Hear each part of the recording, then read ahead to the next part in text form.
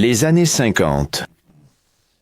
Maître Bediüzzaman Saïd Nursi fait référence à cette période en tant que troisième côté. C'est durant cette période que le Risale-i Nur est lu et publié, notamment auprès des étudiants universitaires. L'ouvrage, intitulé Conférence, préparé par des étudiants de l'université d'Ankara, est publié au cours de cette période.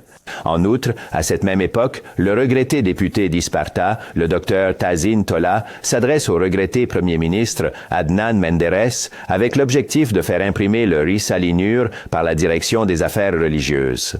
Malgré l'instruction d'Adnan Menderes d'imprimer, cela ne devient pas possible. L'impression des Risale-i Nur par la direction des affaires religieuses sera reportée à une date bien ultérieure et ne deviendra possible que sous la présidence de Recep Tayyip Erdogan.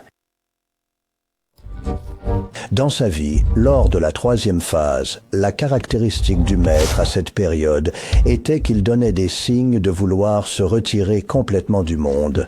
Dans la lettre, quand on observe son mode de vie, on voit qu'il s'est entièrement consacré à la formation des étudiants. C'est la caractéristique la plus importante de la troisième phase.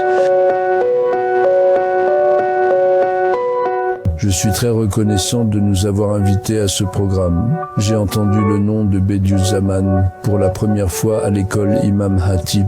Bien sûr, à cette époque, nous avons aussi eu l'occasion de lire ses œuvres. Parallèlement à tout cela, en lisant l'œuvre du maître Necip Fazıl Kısakürek, intitulée « Parmi les opprimés religieux de la dernière ère », nous avons également pu constater les approches du maître concernant Bediüzzaman Saïd Nursi.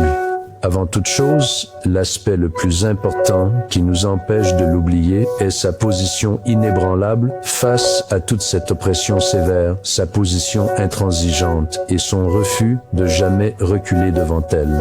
Je pense qu'il est devenu un modèle dans notre parcours de vie également, parce que Bediüzzaman n'a jamais fléchi ni cédé. Il est resté inébranlable. Ceci est également visible dans ses traités et autres écrits.